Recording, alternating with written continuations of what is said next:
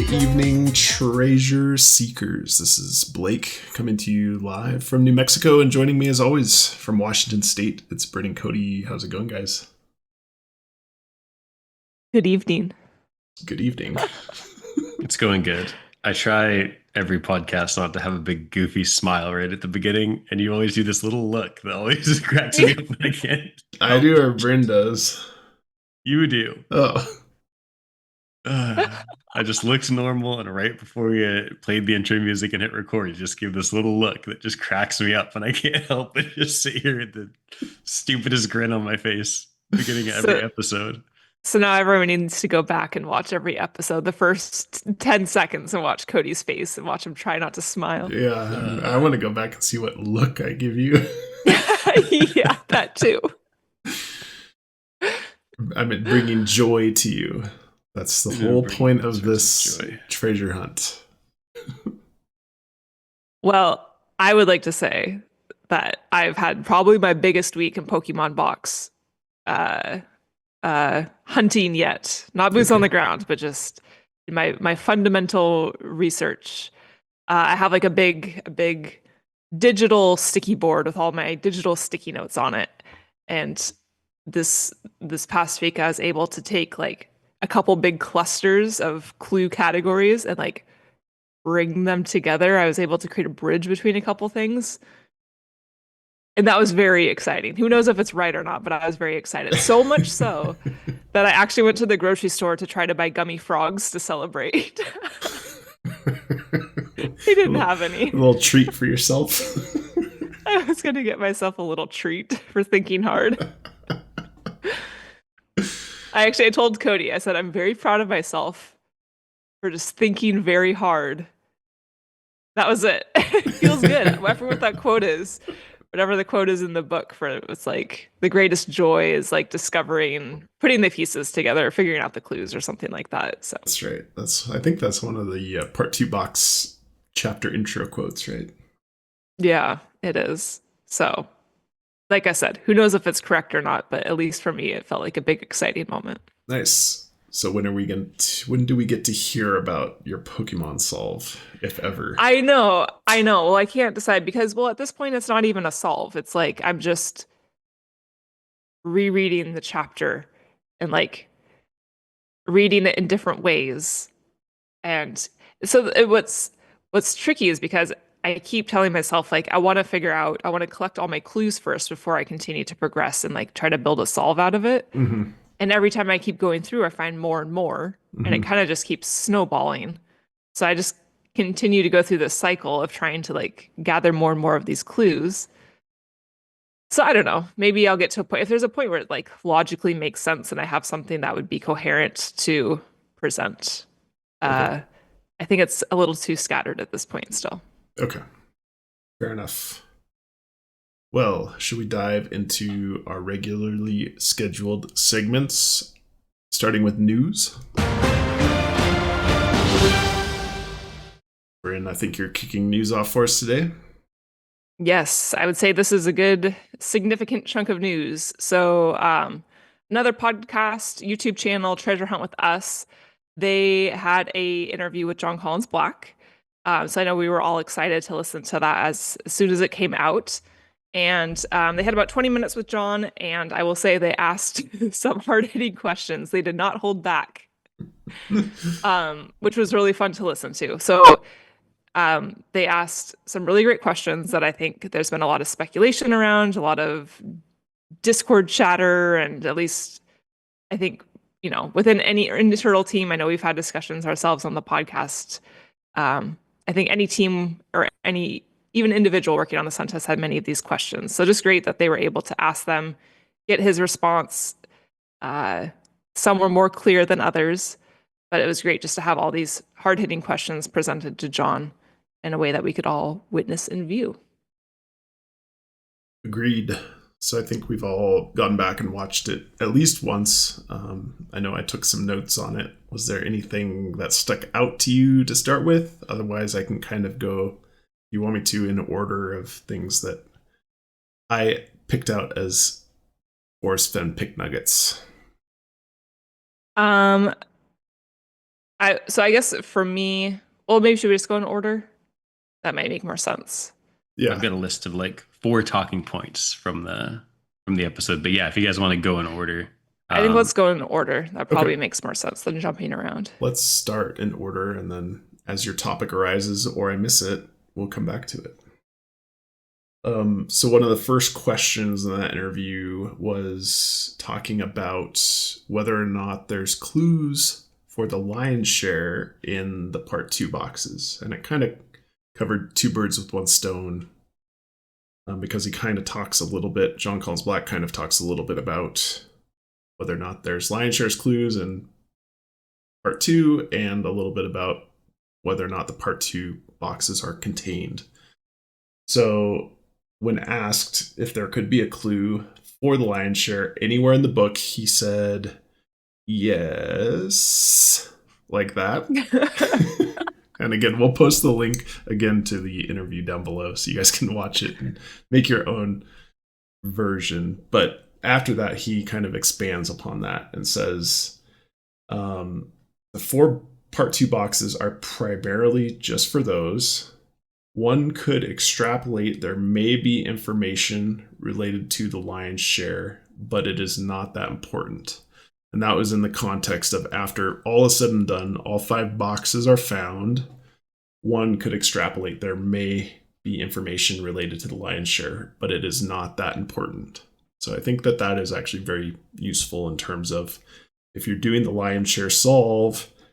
Jon Collins-Black states in this interview that it's probably not that important to look at the part 2 boxes for the lion's share solve. But because of his response of yes, kind of questioningly, he thinks that maybe you could make some connections there. But in my mind, I'm going to kind of ignore the part 2 box chapters proper for main lion's share clues. Yeah, the way I took that, it was almost kind of like what Cody has said a few times about if you think about this book as a whole project, it's like it was written as one project in itself. So I think just the nature of him like sitting down to create this book in one time frame and like, you know, talking about the different treasure pieces at different points in the book, like I think there just naturally will be some overlap, even if it's like not an intentional clue. I think there's probably things that could appear to be clues. So yeah, whether or not they're intentional between the part 1 and part 2, or having lion's share clues in part 2 or not, I'm definitely going to keep that separate. Yeah. So my big takeaway from this was if I'm looking for lion's share, I'm searching in part 1. If I'm looking for something for part 2, I'm searching in that section of part 2. Mm-hmm. I'm that's where I'm at pretty much wholeheartedly at this point. As fun as it is to try and make connections between the two, and as painful as it is to have to ignore those connections when they naturally and organically pop up, I think that's just confirmation bias at this point. Mm-hmm. I feel like he was less clear the other direction, though. Like he definitely said, what did he say? That part 2 is pretty well self-contained. Yeah. So I guess I would say I would think you are intended to solve the box entirely with the contents of the chapter for the part 2 solves. I guess my interpretation of that is like, again, there's all these treasure items scattered throughout the book. So that maybe just naturally lends itself to some overlap. Yeah, I would just say it can't be too significant. So like we obviously were toying early on with the idea of Joy's Serenade having like significant clues for each of the part 2 boxes, and I don't think I don't think I'm in on that at all anymore. It seemed less convincing at this point. I counted. So, Bryn, you said those 4 chapters are pretty self-contained. He said that 3 times. He did? Okay. Yeah, he said it actually 3 times. But there's always the caveat in there. Pretty self-contained, or mostly, or words like that. So he's leaving himself an out, certainly, for the part 2 boxes, having clues in other parts of the book, because he says primarily. Whether or not that primarily, that pretty self-contained, is meaning there's other research that you have to do, which I think is very true outside of the book, I would say. I think that's true in my opinion. Or whether that relates to other parts of the book is unclear. So he's kind of still leaving the door open, but he said it many times. He said those 4 chapters are pretty self-contained, or the 4 part 2 boxes are primarily just for those. So using that repetition, it seems like he was very set on how he was going to address that question. Mm-hmm. Yeah, I think for me, previously, kind of based on my previous approach to things, if I was going to use something from outside of part 2 for a part 2 solve, the only reason I would make that leap to do that is if I felt like that clue was really just breaking open part 2. Right. And I don't think there are those kind of like game changing kind of clues hidden outside of the chapter. So I don't know if it would be a good use of time and resources to search outside of a part 2 or a part 2 clue, because I think your kind of return on investment there is going to be pretty low. Agreed. So one other part of that section of the interview that he mentioned, Emma and Jam ask about the lion's share treasure, and he kind of pauses and says, "You mean the largest treasure?" So it kind of goes back to a point that we talked about a long time ago about the lion's share treasure, as we call it, is not officially the lion's share treasure, even though there's an ebook called The Lion's Share Treasure. In the book, it never states it's called the Lion's Share Treasure. He does say one time that the largest treasure, or the lion's share of the treasure. But again, it kind of reemphasizes the point that he doesn't necessarily want people to consider the largest treasure box to be called the lion's share. He's not naming that, seemingly.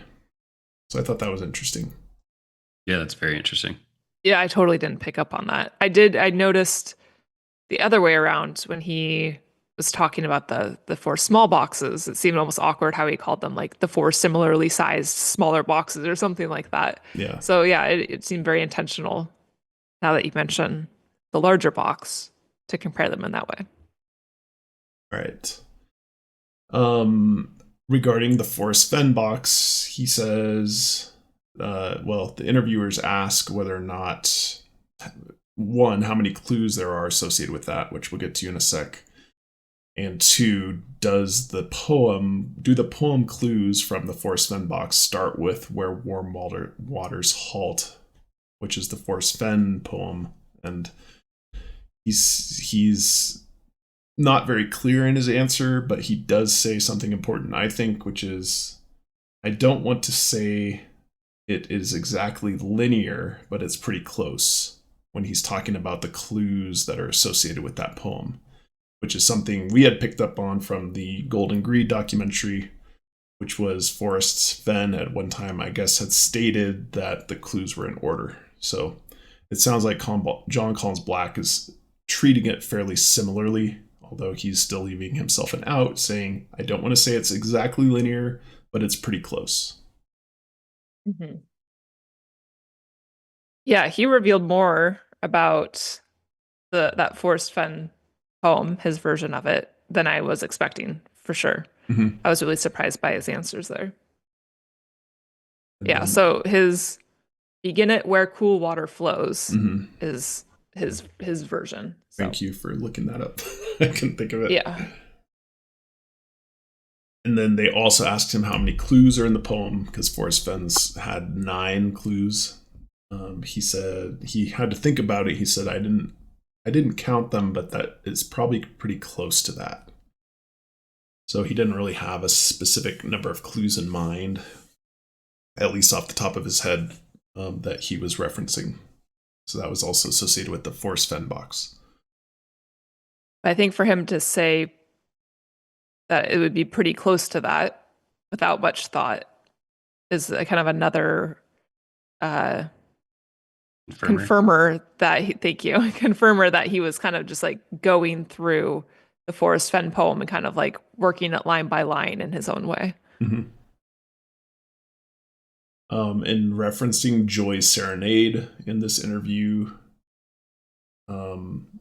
he again references, "Oh, you mean the long poem at the end of the book?"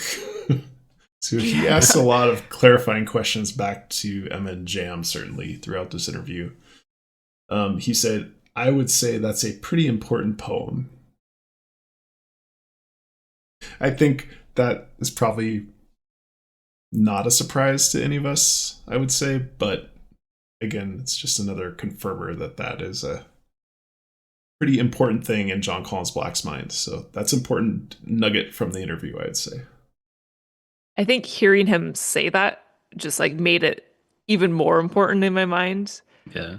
Like I know I had kind of had taken a stance before that I felt like it was maybe a key to kind of unlock or how to read the book, how to approach the book and your solve.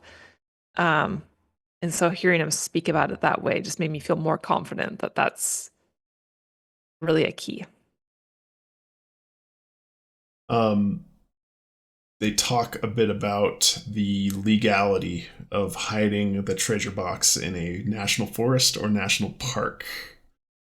They kind of, it's a leading question because they start with, "You're a rule breaker, self-proclaimed rule breaker. Are you saying there are rules that you could not hide treasure in a national forest?" said Jon.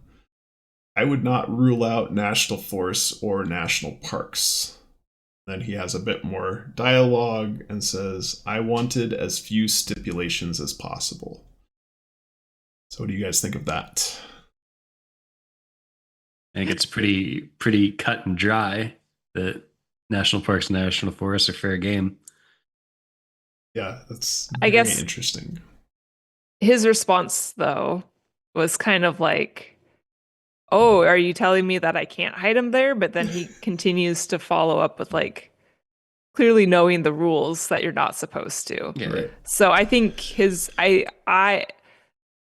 my guess would be that he did follow the rules because coming off of Forrest Fenn's search, he's done so much around safety. And I just think he probably would have come out of that being like, what are all the possible things I could do to make this less problematic than anything that arose within the Forrest Fenn hunt? And so I think part of that would just be like not hiding it in one of these locations. And so I think he's very well aware of the rules.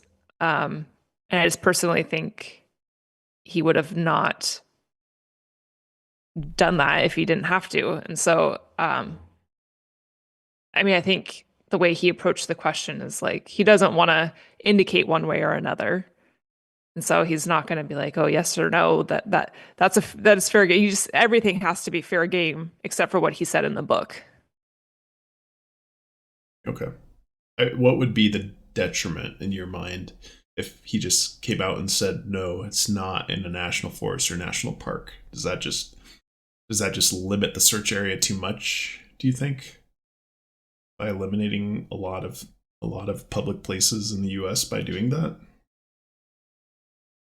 I think I mean, he was like, he doesn't want all these stipulations with it. And I think as soon as you start making more rules around it, it just kind of takes away from like the magical aspect of like, well, this could be anywhere in the country. And it just kind of makes it more rule based than kind of this like fairy tale version of a treasure hunt that he wants in this perfect world without all these rules and regulations. So yeah, I guess I personally think that by saying that it eliminates too many spots and then people start trying to make it too black and white versus all of this gray zone that he wants. Mm-hmm. When talking about the coins, he doesn't really give an answer whether or not they're clues or not, which doesn't surprise me. He does say anything in the book could be used: pictures, illustrations, words, poems, whatever. Real quick, what was your take on the national parks and forests, Blake? I'm on the fence. So we've talked about this before. You know, one thing is there's supposedly an incentive to reach out to Jon Collins-Black once you find a box, and nobody knows what the incentive is.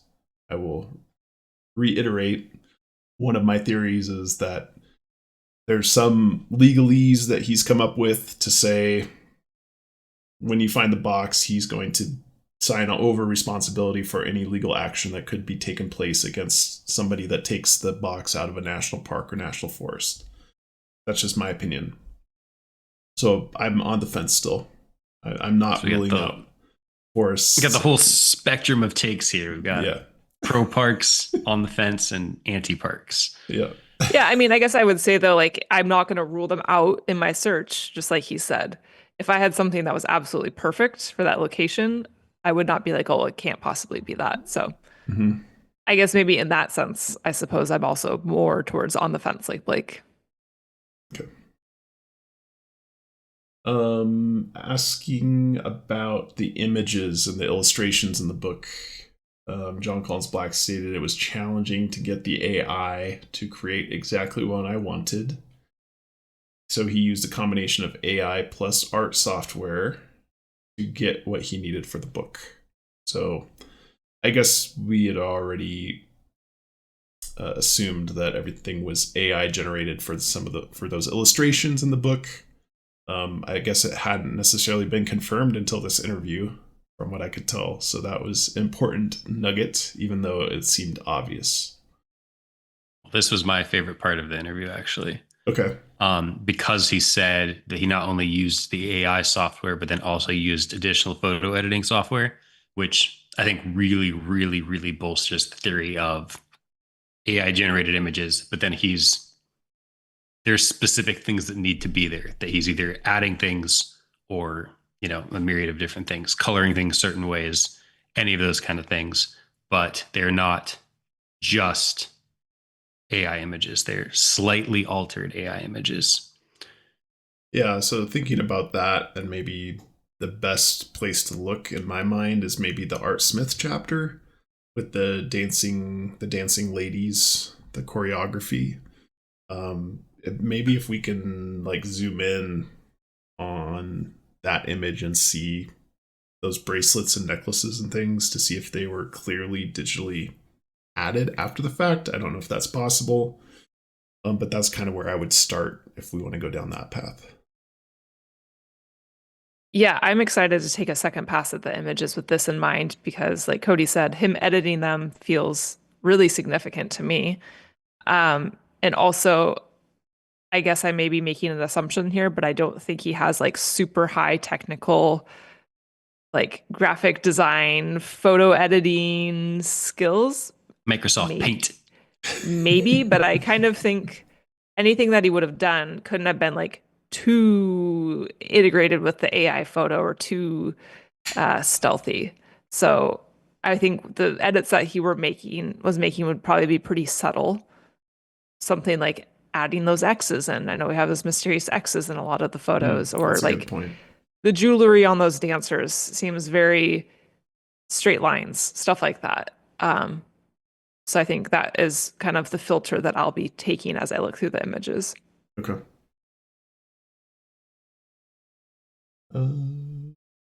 There was clarification. Go ahead. Sorry, it's a thought that literally popped in my head right now is, I'd be interested to do some research to see what kind of modifications would require like a separate photo picture editing software versus just like re-looping it through the AI. Because I would think with like, say you wanted to change the colors of the jewelry on the Art Smith dancing people photo, I would think you could feed that same like photo back through AI and say, hey, change the color of this bracelet to green instead of red. Mm-hmm. And that would be able to do that. So I'd be interested to do a little bit of research and see like if we can kind of pinpoint, at what point you need to kind of manually go in and change things versus just asking AI to continue to make those changes for you. Because I think that would, like, if he's already gone through the process of creating the AI stuff and having the AI alter the images for him to get it as close as he wants, you'd think he'd just continue down that road until it's like he just can't and he has to get in there and manually change something. Yeah, the problem I feel with investigating that is that he did this a number of years ago. And so based on, I think it was Matt's video that looked at the AI detection software, it looked like he was using Midjourney, and Midjourney 3 years ago is, version 1 or 2, and now they're well beyond that. So I think it would be really hard to go back unless there is a way to download. And I think it was all server based. When Midjourney it was like a Discord channel where you would submit your requests. So maybe it wasn't Midjourney, maybe it was something you could download locally, and that would probably be smarter, because if it was on a Discord channel, like how I interacted with it, then you don't know who is able to view what you're submitting, right? Yeah. So anyway, we don't know what he was using specifically. The map videos suggests that it was Midjourney. Anyway, it would be hard to reverse engineer that, I think, Cody, just based on how long ago it was. Yeah, that's a really good point. What you looking at, Bryn? I'm looking at that photo, but I mean, I think for this illustration specifically, like I could see AI spitting out the image, and then he would be adding on the jewelry. Like the jewelry wouldn't be there. That feels like a different style than the original image. So like he would have then Microsoft painted, Microsoft Paint. He would have added on the belts, the anklets, the necklaces.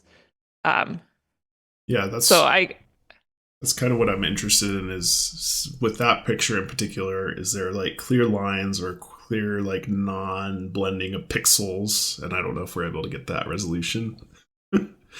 But that would be what I'd look for, to see if there's a signature of where the manual editing took place, and then try to find that in some of the other images too.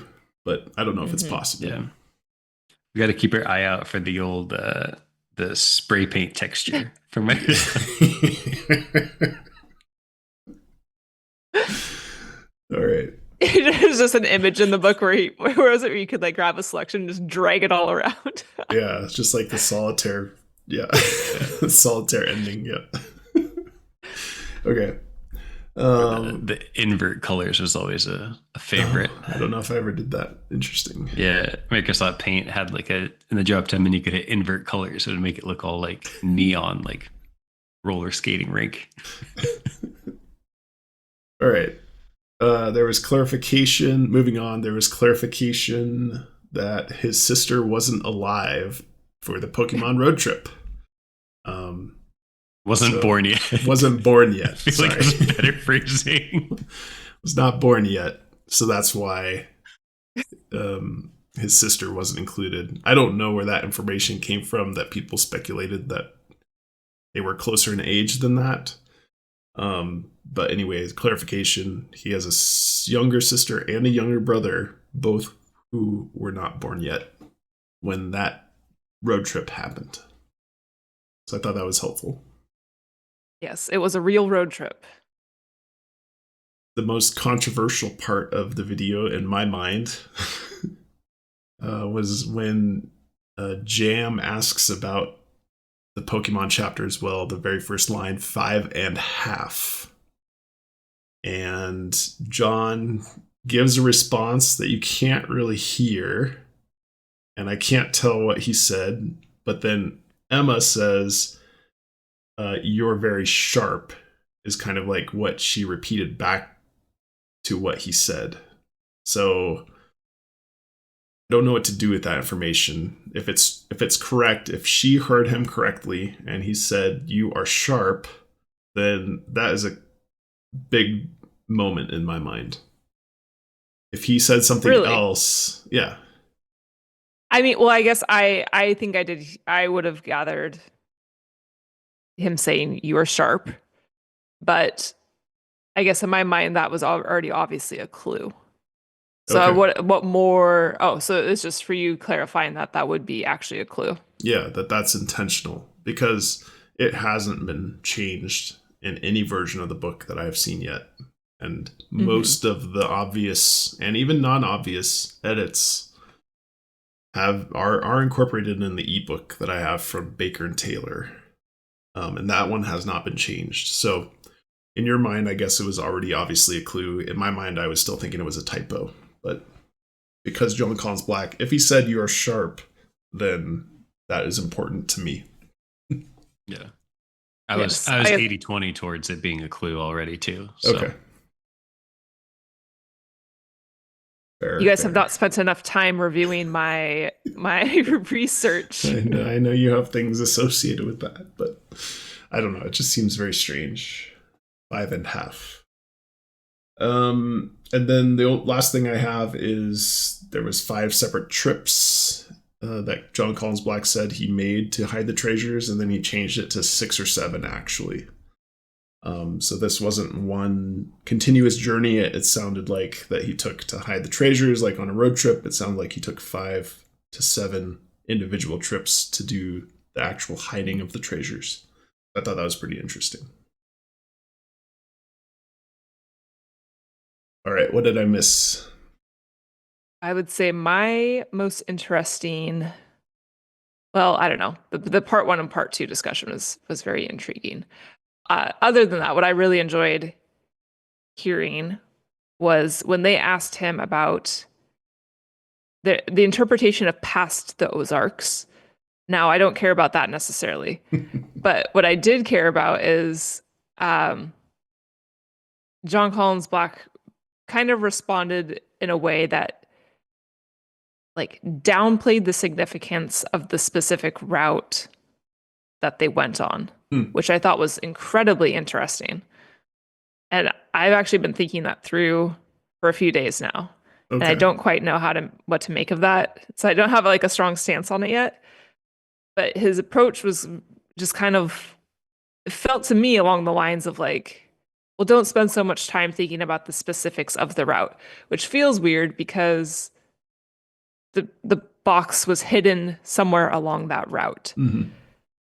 So I've been trying to think through like, well, what does that mean to Jon Collins-Black? Like, is it more of just a regional thing? Mm-hmm.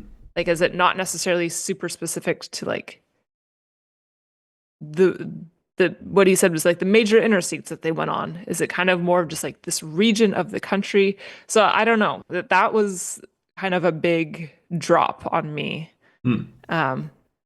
To try to think through what reading between the lines there, what that meant. I kind of interpreted that interaction a little bit differently.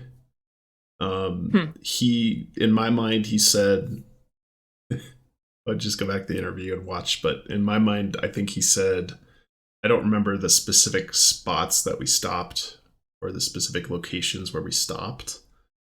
And, you know, within the chapter, he doesn't give us any specifics besides New Orleans or Houston. And so there's already kind of a wide berth that you could take and take many routes across the 3 spaces. New Orleans, Houston, the Ozarks. And so there's already North Carolina. And North Carolina. Thank you. 4 spots. So there's already kind of built-in error that you could do with Google Maps to mark those routes. So I certainly think it was already kind of just regional anyway, Bryn, in my opinion. So that one didn't really catch my attention, I would say. Yeah, I mean, the question, and maybe he was kind of just trying to like provide a thoughtful answer to the question that he can't really answer. Mm-hmm. But that is a big, if the route is circular in nature, mm-hmm. going, I think, above and over the Ozarks is very different than under the Ozarks and then back east. Yeah.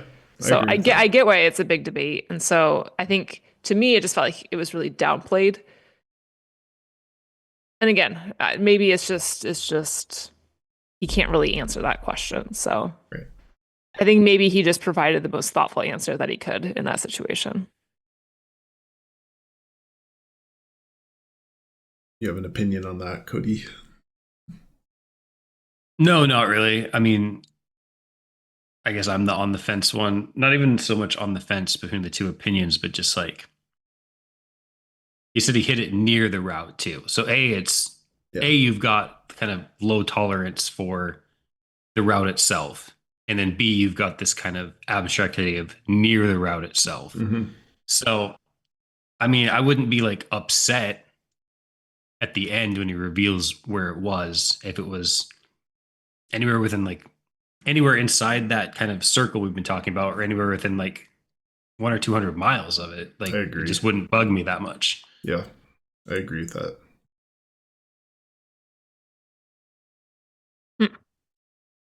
Which I still think is kind of Yeah, like I don't where know. people are looking anyway. I don't think anyone's going like, Yeah. N- oh, this is 50 No. miles further west than I was expecting on the route, so I'm not even going to look into it. Agreed. All What? right. I don't know. I don't know. I don't have solid thoughts around this yet. But I guess I'm hearing that. I guess I may be more on the side of like it's going to be fairly close to the actual route that they took. But we don't know what the actual route is, I think, is my main problem. I know, and that's why people Okay. are trying to get better clarification Got it. by specifically past the Got Ozarks. it. Got it. I would also say no, I don't no. think that I'm trying to think of even if you knew his exact route, if you knew his exact route and you're just like doing Google Maps searching to kind of like narrow down areas, I see how that could be helpful, but it almost feels like his exact route's not necessary if you're solving. I would guess, obviously, if you're solving things correctly, you're gonna narrow in on a part of the country and it's almost more of a confirmer that it's in that area. But I don't know. I'm obviously not even 1% as far into the Pokemon box as you are, Brent. I'm not saying I'm right or wrong, but I guess just in my box solving, like if I were to find a location of interest that was maybe ended up being more northeast than Statesville, like that wouldn't make like I couldn't see them coming back around, jutting up, and then back. Like I think in my mind, where it is would still be logical with their route. I guess on a See, and road trip. I So wouldn't have any another thing problem though with I've that been being. trying to figure out is like they're on a 2-week road trip with their grandparents. This is a real trip. So like how many miles do you realistically travel in a day? Anyways, I don't want to get into it. I don't want to get into it. All right. Let's All think that to about it be a bit said more. is that response from him is what I've probably pondered the most from the interview. All right. Yeah, What else I did wouldn't I have a miss? huge problem if it was northeast of North Carolina. Because I mean, you can do a circular road trip where like your main 2 points are, Ozarks and Houston, and you're still checking some other things out in your circle. I don't know. Yeah, yeah, If yeah. people are super interested in the exact route and want a little more information, I think there actually is some other little nuggets in that interview. So they should probably go check out that interview where he talks about like going with his grandparents. I think it was like his grandma didn't want to stay in campgrounds, which they talked her into it sometimes, but they mostly took like main highways. And there's other maybe little things to glean from that interview if you're super interested in the route itself. I guess maybe what I'm trying to say is that is not where your time is best spent Agreed. based off of this response. Like, don't spend your time trying to figure out the route. Maybe what I'm telling myself and others now. Like, it seems like the route should not be where we're placing the weight and priority of our brain power at this point based off of his response. All right. We're What better other? off trying to figure out the solve, and then that will lead us to the location. All right. Let's move on. What else did I miss, Cody, from your talking points of anything?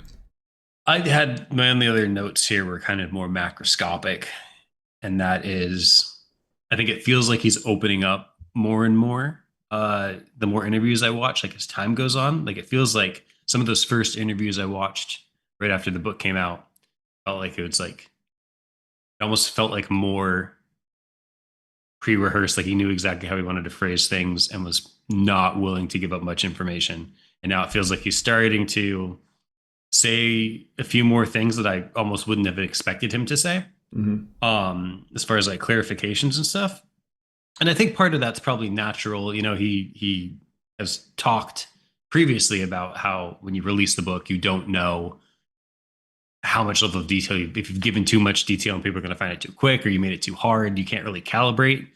And so I'm sure he feels a little bit more comfortable now that we're over 6 months since the book release, that like, okay, I didn't make everything too easy and all 5 boxes get found in the first couple months. And That's he a good probably feels a point. little more comfortable kind of clarifying things and making things, setting up some boundaries and some for people to work within. Um, my takeaway that's very much related to that was that, and I cannot remember. I remember watching something or hearing something early on, and now I cannot remember for the life of me what it was. But he basically said he doesn't want to do the Forrest Fenn thing, where like his interviews become part of the hunt and like trying to decipher what he's saying. Basically, what we're doing right now. He wants the book to be like a standalone book, and I wish I knew where I heard this from. Yeah. But I swear that's what he said early on, and now it's very much becoming like you're at a disadvantage if you're not watching these interviews.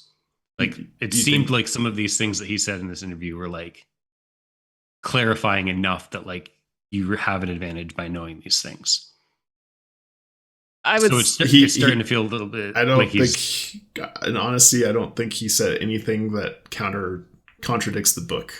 Like that everything. I don't think it contradicts the book, but I think there were things that clarified some things in the book in my head that were ambiguous in the book. Okay. I mean, I guess we felt like we got clarification on part 1 versus part 2, which he's kind of just restating what he said in the book in different words. Yes. But by using those different words, it kind of clarifies it. So okay. I can see that. And I do think that there's a difference between like going on talk shows and like offering little clues or like being like super coy about like the things you're saying versus having like a Today Show segment. Yeah. Versus just like some minor clarifications. I would just say that like if this is Forrest Fenn and his little coyness and this is nothing, look at the book, that's all I'm saying. He's moved kind of from here in the first couple months to like here now. I just feel like it's kind of trending in that direction a little bit. So I'm interested to see if that continues or if he just wanted to give a couple little clarifications and that's going to be it until our, 5-year clue or 8-year clue? Yep. 8-year. Or 1/16 of the way to the 8-year clue. All right. Bryn, any parting thoughts that I missed? Sorry. No. Okay. No, I'm not realizing we're still in the news segment, so we need to move on. Yeah, this is our second extra long news segment in a row. So sorry, everyone. I mean, just news broadcasters. So ebooks, that seems to be fake news from last week. The Apple ebooks are back. So we don't know if that was triggered by the interview that Jon Collins-Black got to the bottom of that, or if it was just happenstance. And then I've also done a deeper dive and refound the link to the ebooks on the Baker and Taylor website. So I'll also post that down below so everyone can have a look at that. Those ebooks are still available on the Baker and Taylor website. So ebooks are back. That is the end of the news segment. Should we go into horseshoes and hand grenades?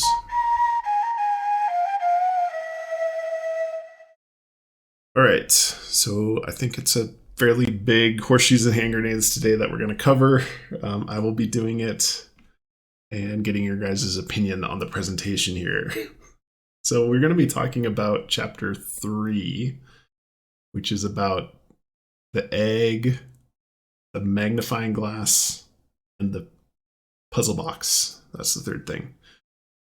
So there's a very specific image of the Faberge magnifying glass that is in this chapter. It's one of the treasure items that's in one of the treasure boxes. I don't know where this came about. I think Bryn, you had found this particular horseshoes and hand grenades, that there may be some symbols on the magnifying glass. Well, when we were doing our initial pass through the book, we noticed it then too. I remember we brought it up in our chapter discussion. Okay. But being chapter 3, I think we kind of just we weren't quite sure what to do with these things yet, or if it was much. So I think we kind of breezed over it. But yeah, coming back then later, revisiting that image of the magnifying glass, these symbols on the magnifying glass then represented themselves and seemed more curious. All right, so I've got a nice little presentation here. You can see on page 42 of There's Treasure Inside this picture of the Faberge magnifying glass. It seems to us that there are some little symbols, maybe at the 3 o'clock position, another marking at the 6 o'clock position, and then a couple more markings at the 8 o'clock position. So I have some zoomed in pictures of these coming up. The thing I wanted to cover was we can actually find an image of the original auction item of this magnifying glass on Sotheby's. Sotheby's? I actually don't know how to say it. Sotheby's? Sotheby's? Sotheby's. This is beyond my so we can my class. So the buys. So the buys. You break it up into the 3 words I know. All right. We're gonna get so many comments. Oh no. No comments allowed. Sotheby's. You can see the original imagery of this magnifying glass. So what I've done is taken this and done a side-by-side comparison between these two images, one from There's Treasure Inside, which is on the right, and the Sotheby's one, which is on the left. You can see that their orientation for the photography is different here, but what I will point out is that these two, the way that the handles are and the way that the gold inlay is on the handle demonstrates that these are in the same orientation in terms of heads or tails. So because there's this little kind of knob on the end and the knob on the end here, and then this gold inlay matches that gold inlay. I'll show you the reverse image here from the other side of the magnifying glass on Sotheby's, that you can see that this gold inlay is actually a different design. So we know that this is not the side that we're seeing in There's Treasure Inside. It is this side. So then what I've done is I've orient them both the same direction. And if we zoom in on those symbols, you can see that there's clearly seems to be some markings here and here on this magnifying glass at the 3 o'clock position. This little upside down cup, I would say, at the 6 o'clock. And then at the 8 o'clock, there's kind of what looks like a less than and greater than symbol, potentially. And then when we look at those images side by side, from the Sotheby's on the left, you can see that I've tried to color code kind of points of interest. So let me move our little picture here. So where we would expect this very clear black line at the 3 o'clock position marked by the yellow arrow here, like I don't see anything that looks like that on the Sotheby's image. And then this little lightning bolt symbol marked by the purple, it's hard to tell whether or not that was from kind of the inside edge of the magnifying glass or not. So it's unclear whether or not you'd actually see that on the Sotheby's image. I think the one that's most clear is that line at the yellow arrow and then also the upside down cup. So these blue and orange arrows are basically pointing out points of interest that you can see from the side of the magnifying glass when comparing the two images. So there's kind of this raised knob on the left orange arrow. There's this little circle on the orange arrow, and then two other blue things that you can, blue arrow demarked locations that you can clearly see on both images, but you cannot see that upside down cup. So to me, that really shows, in my mind, this looks like an alteration to the image. Or potentially a change to the actual object, whether it be damage or something else. But that upside down cup should, in my mind, be very clearly visible, even though the angle for the image is a little bit steeper in the Sotheby's image. The green arrow for those symbols on the 8 o'clock position, you cannot see from the angle that the Sotheby's is taken. So you guys have thoughts or comments on this? Are you convinced that this seems to have been altered? Yes, I'm 100% convinced. And I would say that these lines or these markings feel very within what would be Jon Collins-Black's abilities to edit images. Right. Got Right. straight lines Yes. that are like color matched or not color matched, just varying degrees of the surface that he's working with. So what do we do with these symbols? My first thought is, because I gave Cody the rune flashcards, that maybe they were runes of some sort. But I couldn't really find good validation of that. There's a ton of different rune systems that you can find online. I could not find one that was very appealing in terms of finding one-to-one matches of these things. There certainly seems to be the lightning bolt symbol. That seems to be fairly common across a lot of these rune systems, but like what to do with that less than and greater than symbol, like I really couldn't find a satisfying solution for that. So there's some additional information that I took and ran with a bit. So there's quotes that I've highlighted here from chapter 3 that I think are somewhat confirmers of these of this approach to finding these symbols on the magnifying glass to start with.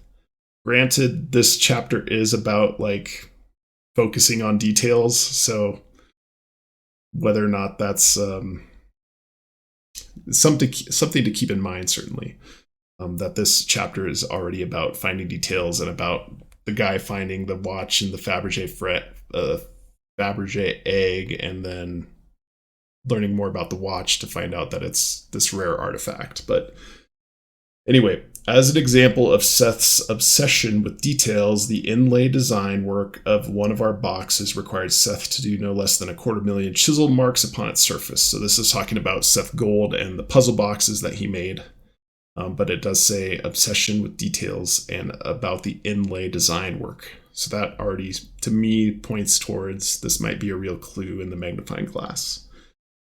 And then point out, I hadn't thought about those as like less than and greater than signs, and this says no less than. All right, that is very interesting. Live clue finding on the podcast. The next page is kind of what takes me to the next part of this presentation. In the spirit of playfulness, I thought it would be only appropriate to include a magnifying glass in our treasure, a Sherlock Holmesian symbol reminding us of the importance of paying attention to the smallest things. And then talks about the Perkins Gold Roquet folate pattern. You can investigate on your own if you'd like. And then there's more on the next page talking about the Faberge egg. The egg gives us an erudite lesson on the value of taking time to notice details. For the next 8 years, I thought that was interesting because Jon Collins-Black's going to give us a clue after 8 years. That's just a bonus. Nice. Where the third Imperial Faberge egg sat in this man's kitchen, where he stared at it each day while eating his breakfast. The man got the thought to examine his egg more closely.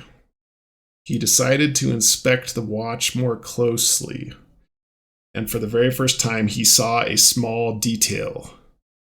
On the watch was a tiny engraving. I mean, this has to be a clue, right? Yes. Yes. It's crazy. Confirmed. It's crazy. Solved. All right.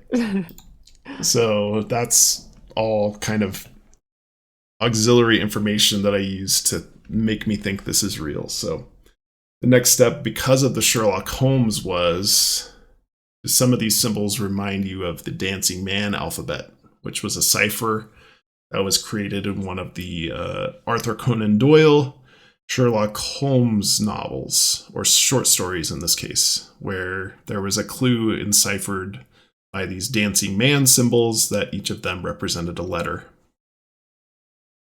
So this image on the right kind of shows what the symbols were in the actual Sherlock Holmes short story. There's only 18 symbols for the 18 letters that were needed for the cipher. So there's no F, J, K, Q, U, W, X, or Z. That are official Dancing Man alphabet symbols.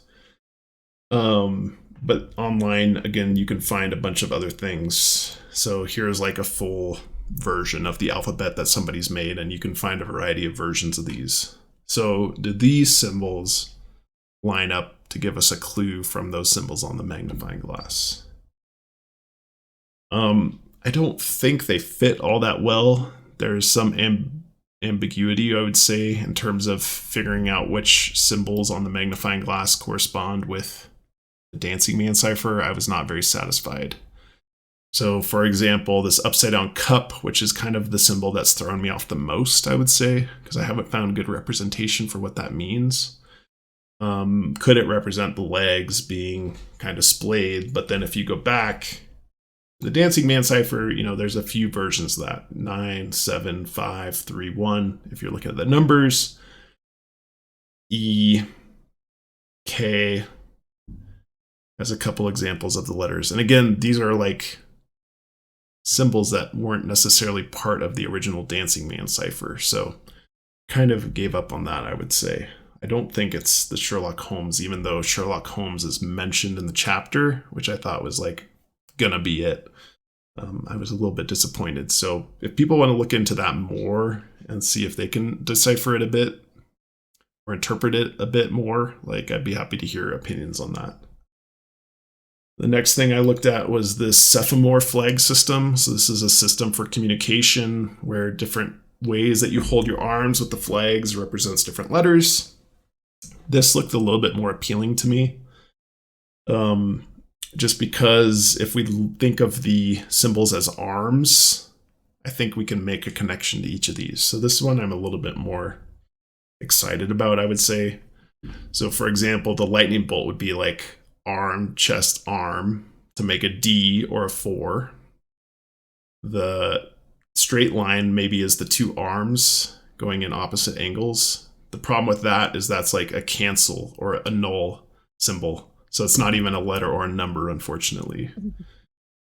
The arms down in this angle like makes sense to me as an N. This could either be maybe a J or a V, depending on how you interpret that angle. And then this looks like a P to me. Actually, that doesn't look right now. It looks like so the arm should be down. The arm should be down. So I'll have to reassess. Let's do it live. So it's an arm sticking. Yeah, B. Okay. Thank you, Cody. So B, V, or J, E, V, N, D, cancel. Solved. I don't know what to make of that. So yeah. I think what I'm struggling with is in this approach, we're interpreting the symbols as being like correctly oriented in their position shown in the picture. Yes. But as a round object, it's like, well, are you supposed to be viewing them from the center, looking out towards these? Because then that would change. Yeah. The flag direction. I mean, that's a good thought. It's hard because it's round. Yes. It's a good point. I like Blake's approach because I think the reason that they stood out as symbols is because they were kind of looked almost like photoshopped on the two-dimensional picture after, at least to me. I think if they would have been like around in a way where you'd would read them around, I think they would have blended in so much that you never would have even noticed them as symbols, if that makes sense. I think because because it seems like the order of operations is that he added these symbols onto a two-dimensional picture after, it makes more sense to kind of read it as a two-dimensionally. Yeah, I get what you're saying. I didn't think about your approach, Bren, so I will revisit this and turn them all similarly to see if, because I won't lie, I don't have like a very solid solution for this. I'm just throwing out ideas that I've tried for the audience.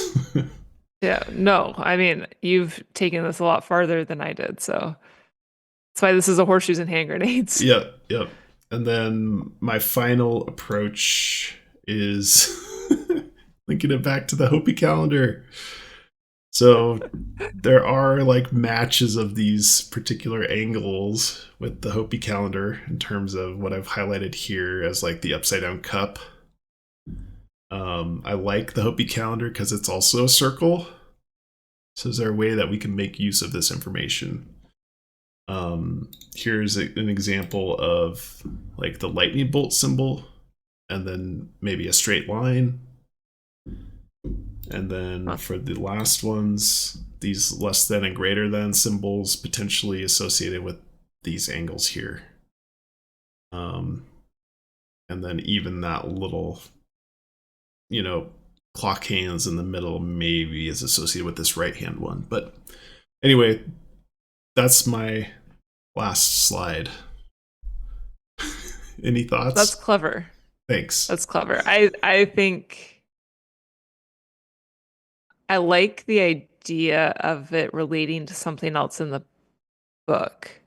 And like this kind of makes sense. Mm-hmm. I can't say I'm convinced on like the angles necessarily. Honestly, this is like, if you would have asked me if this would relate to the Hopi calendar, I'd have said no. So what you found, the correlations here, is stronger than I would have expected. It almost seems like too abstract to make it into something that's like not referencing another image or graphic in the book. Mm-hmm. But what? Yeah. Otherwise, I feel like how much information can you glean from 5 symbols that were added in, right? Yeah, I don't know. Obviously, I do not know. That's not my last slide. I lied. This is my last slide. I tried to draw lines on all of the angles that are associated with those shapes, and it's just a mess. So. Yeah, I guess my only other same thing. Sorry, go ahead. My other thought was like, if you look into what it talks about, like further researching the inlay technique or something. Mm-hmm. I can't say I've gone down too much of a rabbit hole investigating that, so I don't know. Yeah, I've thought about that a bit more. If those are like certain inlay cut techniques. Right. I don't know. All right. That's the end of Horseshoes and Hand Grenades. Do you guys have other commentary or compliments for me? That was excellent. That was really good. When you said you had prepared some stuff for this, I thought it was going to be like just the image showing showing the little markings. So this is very thorough, and I think how you've highlighted the additional context around it within the chapter is really important too, because I do think there could be a lot more, like looking more into the depth of the text of the chapter could maybe continue to point us in the right direction. We get super granular in the words. I don't know. It's very mysterious. It's a super mysterious one. Yeah, I think in terms of order, if we're going by Cody standards here, like sureness of clues that we found so far, like the page 90. I really like the Hopi calendar with the underlined letters. Like that seems very clear to me. And now this is another topic that, just because especially the context of the chapter words, maybe that's confirmation bias, but I don't know. It just seems like there's too many cases of it. So anyway, those are kind of like 3 clues that I really like at this point for the lion's share. Yeah, I would certainly put my stamp of approval on those 3 as well. Cody? Yes. Oh, we got 3 official clues from 3 Cody. official clues? Yes. Breaking news. Oh, That's yes. breaking news. That was a very John answer there. Yes. And then you have to touch your glasses. Oh. Yes. All right. This could be a long one. Sorry, folks. Let us go into Mailbag. Mailbag. We've got mail. Bryn, right. do you mind going first? I need a break. I'll kick us off for Mailbag. Okay, so we got an email from Matthew. He was doing some experimentation with the Pokemon box purple image, the image that is at the end of the chapter, which I would imagine we're all familiar with at this point. So he was doing some different manipulation to try to figure out what the mysterious meaning is behind this image. So if you want to pull up the pictures that he sent in, Blake, that would be great. Yes. So basically, I guess I'll just read what he said. He said, I have performed these overlays by hands with transparency paper as well as digitally. However, he doesn't know how to further their use, which I will agree. We all looked at these images as well and agreed that they seem very interesting. But again, wouldn't quite know what to make of them. But I thought it was a really creative approach to how to manipulate this image. So you could see them pulled up here. This first one, and I will say it kind of reminded me of like the three of us had done like one of those escape room boxes a while back where there's like transparency sheets with pixels on them, and you have to like line up the transparency sheets a very specific way, and then that reveals a message or numbers or something that you're supposed to get to be the clue. Mhm. And so this kind of reminded me of that because you do have these like weird pixely sections of the purple image. So by him overlaying them, I thought maybe that was kind of a creative play on this escape room game technique. Mhm. Okay, so this first one here, That is a Froakie on a lily pad. yeah, he said, is this a golden Froakie on a lily pad? I mean, I would say I can certainly see it. You kind of get the little Froakie fingers, Mhm. like he shows in his artistic interpretation of Froakie. You kind of get those frog eyes. So I thought this was a really good image. I mean, I guess I'll say like, if he hadn't told me it was this, I don't know if I would have been creative enough to see it. But when he says that, I'm like, oh yeah, I totally see that. And it also then is using those weird yellowy spots of the purple image as well, which have continued to bother me. Mhm. So using the pixels, yellowy, blobby areas, overlaying it, I thought this was a really cool find. The second image, he says, Mew, the elusive Pokemon everyone wants to catch, peeking up.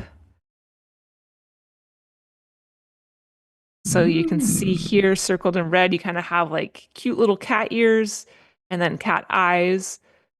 So it's like kind of cut off, I guess, halfway across the eyes. So you're seeing the top of the Mew's head here poking up through, I want to Looks say like the a water. hole in I the guess I can't ground, call it kind water. of. Yeah, Yeah, poking up through a little hole in the ground. that's awesome. I love that. I love the Yeah, that is Rorschach good. tests here. People are coming through. Yeah, both of these felt really good. And third one, he says Faberge piercing red eyes. So again, this is just like pretty distinct, as you can see, like from the zoomed out image. These two little red spots were pretty vibrant compared to the rest of the image once you do the overlays. So yeah, I mean, I guess going back to the beginning, he said that these felt like good finds. I think these are really cool. What we would do with that, I don't know. Yes. Is that what we're supposed to find? I don't know. But this was a really cool approach. I appreciated the creativity, and I certainly do think what he found looks like what he said. Especially the Froakie and the Mew. I thought those were pretty good. Yeah, I'm wondering if there's a way, the way that he did this approach, if there's a way to make the Mewtwo figures touch. I don't know if that's possible with this approach. I'd have to look at the images again, but yes, people that are joining me in the quest to find images, either with the mirror or in this case, the overlaying of transparent images. 100%. I love it. I think my favorite part, mostly because it kind of brought out something that I hadn't really thought about, is in the first one, the use of, I think you pretty much already mentioned it, but the use of the yellow within the purple. Mhm. It seems like seeing that overlay was the first time that it kind of occurred to me that maybe there's a reason that the yellow's in there versus just an all shades of purple photo. Right. So I like that he lined it up in that way, and kind of I think that it's a good idea and worth exploring more to see if there's some way to line up all the yellow portions into a thing.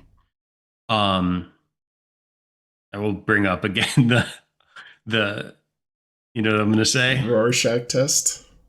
No, I was going to go with the all you need is the book and a pair of shoes. And I think once you start getting in like transparencies, I feel like I could maybe get on board, but if I was going to get on board, it would have to be something more obvious to me. Like it'd have to be very obvious, like, oh, hey, this is for sure right. And maybe, I don't know, maybe he just wants us to do like a cross-eyed thing and we see it, but it's easier to see with the transparencies. Tried it. Did you try putting it on a spinning table to spin it around? I mean, I feel like I've tried everything, and this is one thing I hadn't tried. So I was really excited with these images. And cool. I guess I agree with you, Cody. I guess my thought process is maybe there's kind of like a bonus. Like you don't have to figure out if there's something to be revealed here. Maybe you can solve the box without it. And maybe you can kind of get like a bonus clue if you have to do something beyond what would be expected of like the materials of the book. Maybe. I think that's kind of dangerous thinking though. Yeah, I agree. I'm not saying I'm totally bought in on it, but it's just something that has crossed my mind. I do think there will be something with the purple image. Other than Mewtwo pointing? I think there will be something that when it's found, like, that was what I was supposed to find. Yeah. I hope so. That'd be cool. Excited to see what it is. All right, should we do our second mailbag? We have a mailbag from Chris. It starts out with Cody. I really like your nose for clues. I resonate with you the most when watching along. This email is over now. Just kidding. So Chris had something I really thought was a good idea, and it fits in with your weaving theme. So especially it was pointed towards you. Cody, you are the one following weaving, no? Are you familiar with embroidery hoops? I remember my grandma used to do them. She would always make some uplifting comment like, quote unquote, home sweet home, or something like that. I've been looking at the Hopi calendar and thinking that this could possibly be why that's there. When my grandmother would do the embroidery hoops, she would alternate, alternate, alternate her needle over and under the hoop until the message or image would finally appear. I feel pretty good about this being the way to go. The problem is how to do it. Do you weave just the letters alternate in that order, going above and below according whether the letter has a dash above or below? So let me just pull up the image so we can all look at it real quick. I don't have the full Hopi calendar zoomed in, but I do have the letters here. So this was what we were just talking about before. Yeah, Bryn. I like that the Hopi calendar would be a hoop. Mm-hmm. Yeah. There's a lot of things I like about this. Or is alternate just there to show the sequence of up and downs to a different set of locations on the calendar? So the reason that we're really focusing on alternate here is because of the letters that are overlined and underlined. If you use those letters and you use, let's see, A multiple times, T multiple times, and E multiple times, you can come up with the anagram alternate. So that's why that's important. So what we're talking about here are these little markings. If you look at the Hopi calendar in your book, you will find an N, a line over the N in January, a line over the A in May, a line under the E in February, under the T in August, and then under the R and L in April. So that's the context for this email. Or is alternate just there to show the sequence of ups and downs to a different set of locations on the calendar? He says, I like the second idea more. Here's why. The beginning of the chapter, he describes traditions and lists a number of them. He then says traditions, like a durable yarn, connect us through a lineage of fellowship and ceremony. And then he says, my problem with this is that some of these traditions follow the lunar calendar, so every year the dates change. Not sure how to incorporate them into the Hopi calendar. He says, I wouldn't be looking for this to produce a message or image. I would be looking for an X, I think. The reason I think an X is because of the background of the page. There are 6 sets of this background throughout the book, and it looks to me like a landmass of some sort. So I think there's a lot of cool ideas here. Open to comments. Yeah. I really like the connection between two themes, right? Like you just anointed the Hopi calendar an official definitely clue. And then obviously we really like the antler part of the calendar, and then we really like the weaving theme. And I like that this connects multiple things because it feels like we have kind of so many leads after reading through the whole book and doing, full multiple hour long podcast episodes for the book. It's nice to see some of these like connections between multiple things and kind of condense a ton of clues into kind of more specific and more important and informative clues. Mm-hmm. So I really like this one. I'm trying to follow. So we're talking about like threading either physically or mentally a thread through the actual Hopi calendar itself, Mm-hmm. or through other areas of the book based on Hopi calendar information.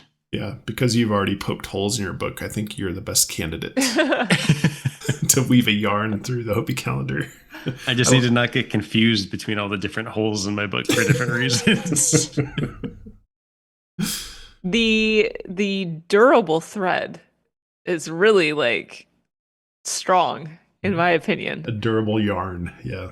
Durable yarn. I mean, when else would you specifically want to call out a durable yarn? Mm-hmm. I mean, yeah, there's some pretty serious weaving and threading and embroidery, all those kind of themes. yeah. So, Yeah, and then I mean, like over under what? In between. Over under in between. So that's, of course, where I took this email is to the passive future box, because I liked the idea of maybe trying to do some over under stitching on the unused O's.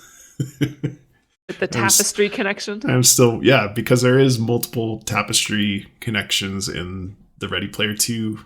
Sorry, so much information. The past and future box that focuses on Ready Player 1, which is a part 2 box.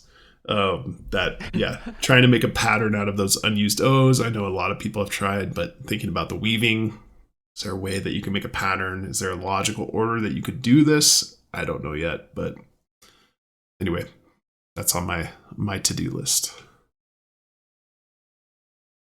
Yeah.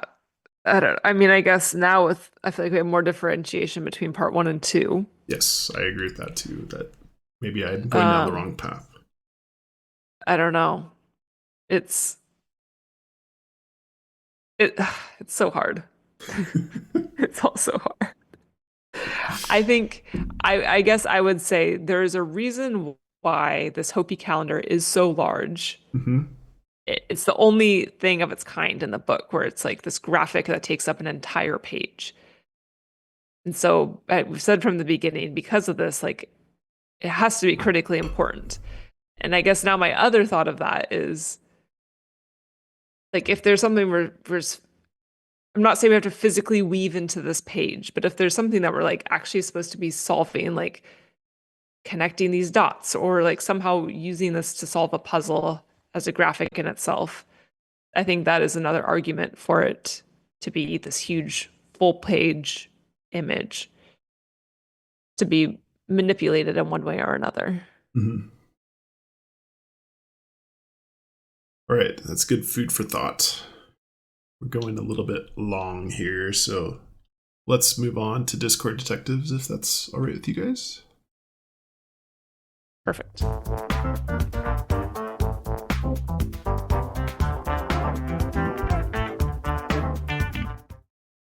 All right, this should be fairly quick.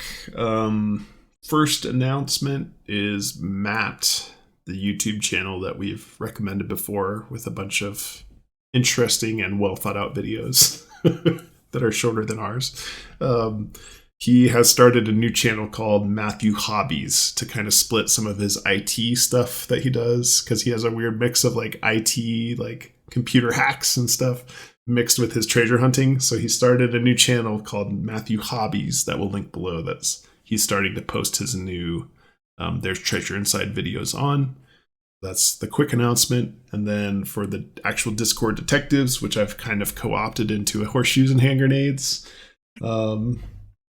it was a Discord discussion on Mysterious Writings Discord. There was discussion about the nuclear testing site in Nevada for Past and Future Box. And so there is a particular mountain lilac, the mountain lilac, which has a scientific name. Let me pull it up here real quick. Here. So can you guys see that? Yep. So mountain lilac, also called whatever the scientific name is. Its distribution is kind of in the Rocky Mountains / Nevada, Arizona area. Lilac is one of those words which, along with lemon, that I really think need to be nailed down for your solve. So I liked this automatically. And then, so this is what Mr. Dimitri said. He said, lilac is mountain lilac, or the scientific name. It grows in several states, and he posted this map. And then the next guy, Lenny, he said, I take it you're going to a nuclear test site in Nevada? Because there was some discussion about this earlier in the Discord message as well. And did you get the minutes and seconds in your coordinates or just degrees? So they were talking about GPS stuff, which I did not quite follow because I think some of it has been removed. The Phantom Speaks says, one more thing, if it's a Nevada test site, you may be hard pressed to find beauty sheens because it's a desert. But because of this little snippet of Discord that I came across, it did pique my interest in the Nevada test site, because I had been to Las Vegas a few years ago and we went up to some hike. I think it was Mount Charleston, but I'm not 100% sure about that. Anyway, I think you can actually see some of the Nevada test site, and this is a test site for in like probably the 50s through 70s, like nuclear testing in the United States. You could see there was like craters out there. And so I went on Google Maps and looked at the area a bit closer. So here's an example of some of the craters that were formed by some of the testing. And so here's Las Vegas down at the bottom. You can see where this particular crater, the Sedan crater, is marked on the map here.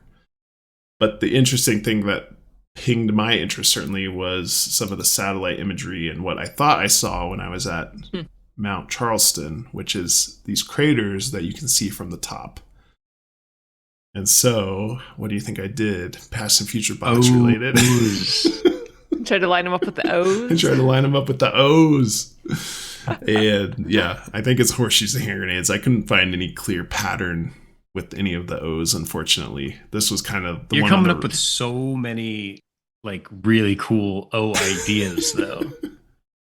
I think the O's need to be solved, and I don't feel like they're solved yet. So anything that piques my interest that's O related, like I'm all aboard and want to try it out. So this is the last slide, and that's the truth. I didn't go beyond this because I couldn't find the pattern that matched the O's very well. That's really cool. I really like this thought. You've had a lot of really good creative thoughts this episode. Thanks. I'm less stressed You're at work, welcome. so I've had more time to think about the treasure.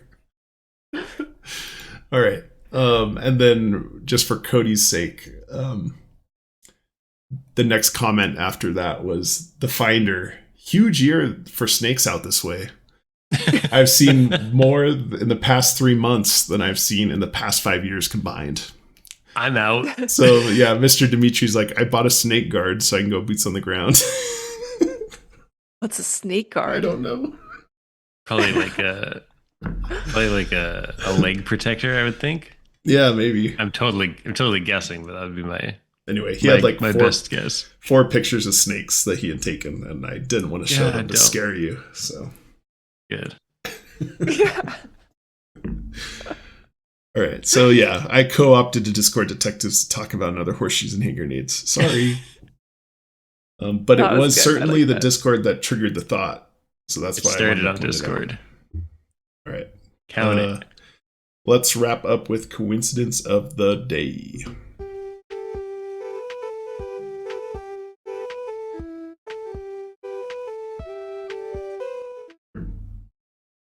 Bryn. Okay, I have 2. They're very quick and related. First of all, I was outside working in the garden, and I was planting a new plant, and something startled me. Something hopped out of the plant. Sure enough, it was a little frog. Oh, so as I was outside trying to clear my mind and not think about Pokemon Box, I could not escape it. There was a Froakie in my plant. All right, that's not it. So my second my second coincidence of the day is Cody got us a Lego bonsai kit. Oh, nice. So we were building this bonsai tree, so Japanese inspired. We're putting the pieces together, and then if you want to pull up the picture, Blake, believe it or not, folks, there is a piece included with the set that is a tiny little Netsuke frog. How cute is that? I immediately said, what a coincidence of the day. Cody poo-pooed it as if this just happens in everyday life. I think this is spectacular. What are the odds that we were working on this and there's a little tiny frog in the Lego set and there's no reason for it either? Like, what is the only thing I can think of is maybe it's supposed to help orient you between the instruction booklet with how like you have to turn it to follow the instructions. I don't know. But there's a cute little frog in the Lego bonsai tree. So all these things I'm trying to do to not think about Pokemon Box, and I'm being pulled back in left and right. Did you know there was a frog in that set, Cody? I did not. Oh, nice. True coincidence of the day. Very good. Yes. I think that is funny. A good one. It is good. It's just funny because I think coincidence of the day started with like little things in our everyday life that made us think of the treasure hunt. And now it's just like, I don't think Bryn ever really stops thinking of the treasure hunt. So everything is a coincidence of the day. I have a note in my phone where I just jot things down specifically like at night because I know I'm not going to remember in the morning. I woke up the other morning and looked at my note and there was like 10 really good ideas that I would not have remembered if I didn't write them down. That's right. Yes, I'm always thinking about it, and write your ideas down. Good advice. Cody. You're welcome, everyone. I'm logging off. Too long of an episode. Thanks everybody for listening. We will catch you guys next week.